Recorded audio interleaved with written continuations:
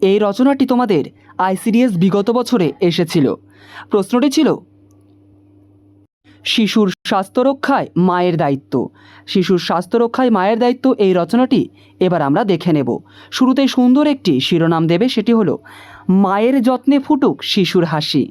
এটা তোমরা অন্যভাবেও লিখতে পারো, আমি কিন্তু প্রত্যেকটা রচনায় তোমাদের একটা সুন্দর শিরোনাম দিতে বলি, তো তোমরা লিখবেই কিন্তু অবশ্যই শিরোনাম।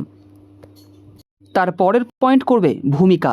একটা রচনায় তুমি শিরোনাম দেবে, ভূমিকা, মূল আলোচনা, সেই সঙ্গেই উপসংহার দিয়ে শেষ করবে। তো ভূমিকা দেখো আরও বেশি সুন্দর করতে হবে।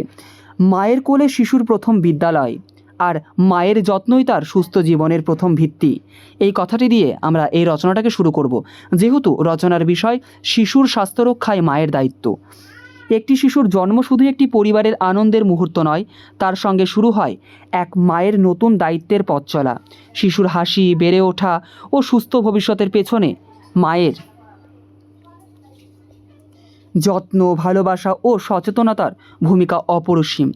জন্মের পর থেকেই শিশুর পুষ্টি, পরিচ্ছন্নতা, টিকাকরণ, নিরাপত্তা ও মানসিক বিকাশের দিকে মায়ের বিশেষ নজর দিতে হয়। তাই বলা যায় একজন সচেতন মাই শিশুর সুস্থ ও সুন্দর ভবিষ্যতের অন্যতম প্রধান কারিগর।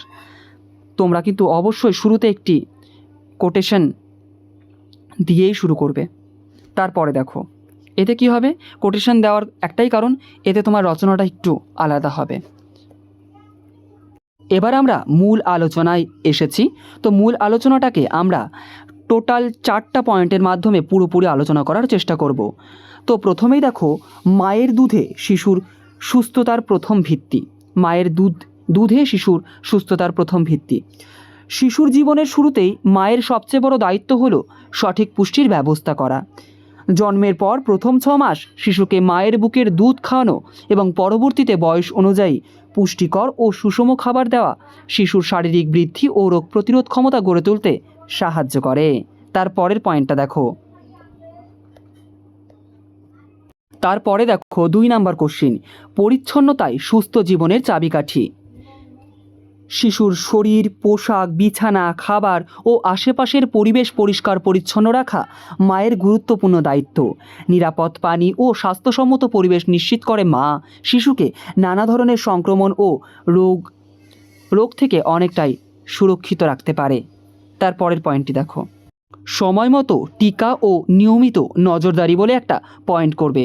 আশা করছি এই পয়েন্টগুলো যদি তোমরা মনে রাখো, ভেতরের যদি কোনো কিছু ভুলেও যাও তুমি লিখে আসতে পারবে, এটা আমি বিশ্বাস করি, কারণ তুমি তো বানিয়ে একটু হলেও লিখতে পারবে এই পয়েন্টটাকে ভিত্তি করে। তো সেই কারণে পয়েন্টটা খুব সুন্দরভাবে মনে রাখবে। পরীক্ষায় পয়েন্টটাই তোমাকে এগিয়ে দিতে সাহায্য করবে যদি ভুলে যাও। শিশুকে সরকারি টিকাদান সূচি অনুযায়ী সময় মতো সব টিকা দেওয়ার ব্যবস্থা করতে হবে এবং তার ওজন ও শারীরিক বৃদ্ধির দিকে নিয়মিত নজর রাখতে হবে। শিশুর কোনো অসুস্থতার লক্ষণ দেখা দিলে অবহেলা না করে দ্রুত চিকিৎসকের পরামর্শ নেওয়া মায়ের গুরুত্বপূর্ণ দায়িত্ব। আমরা সকলেই জানি মায়ের দায়িত্ব সম্পর্কে, কিন্তু আমরা একটু গুছিয়ে লিখতে শিখছি, এই আর কি। তারপরে দেখো, মায়ের স্নেহই শিশুর মানসিক বিকাশ। শিশুর স্বাস্থ্য শুধু শরীরের সুস্থতার মধ্যেই সীমাবদ্ধ নয়। মায়ের ভালোবাসা, আদর, নিরাপত্তা ও উৎসাহ শিশুর মানসিক বিকাশে গভীর প্রভাব ফেলে। তাই শিশুকে নিরাপদ ও আনন্দময় পরিবেশ দেওয়া এবং তার সঙ্গে সময় কাটানোও মায়ের অন্যতম প্রধান দায়িত্ব। তারপরে আমরা দেখব উপসংহার পয়েন্টটি। মনে রাখবে মূল আলোচনার কম বেশি সবাই লিখতে পারবে, কিন্তু উপসংহার, শুরুতে সুন্দর শিরোনাম, ভূমিকাটাকে ছন্দ বা কোনো মহান উক্তি দিয়ে শুরু করাটা কিন্তু তোমাকে একটা আলাদা মূল্যায়নের মাত্রা এনে দেবে, কাজেই সেটা চেষ্টা করবে। দেখো এবার উপসংহার। আমাকে একজন ভালো মা দাও, আমি তোমাকে একটি ভালো জাতি দেব। নেপোলিয়ন বোনাপার্টের সঙ্গে প্রচলিত এই উক্তিটি মায়ের গুরুত্বকে গভীরভাবে তুলে ধরে, তাই না? কথাটার মধ্যে কিন্তু গভীর একটি বিশ্লেষণ রয়েছে। সত্যিই একটি শিশুর সুস্থ শরীর, নির্মল মন ও সুন্দর ভবিষ্যতের ভিত গড়ে ওঠে মায়ের স্নেহ, সচেতনতা ও যত্নের হাত ধরেই। তাই শিশুর স্বাস্থ্য রক্ষা শুধু একটি দায়িত্ব নয়, এটি আগামী দিনের সুস্থ ও শক্তিশালী সমাজ গড়ার এক মহান কর্তব্য।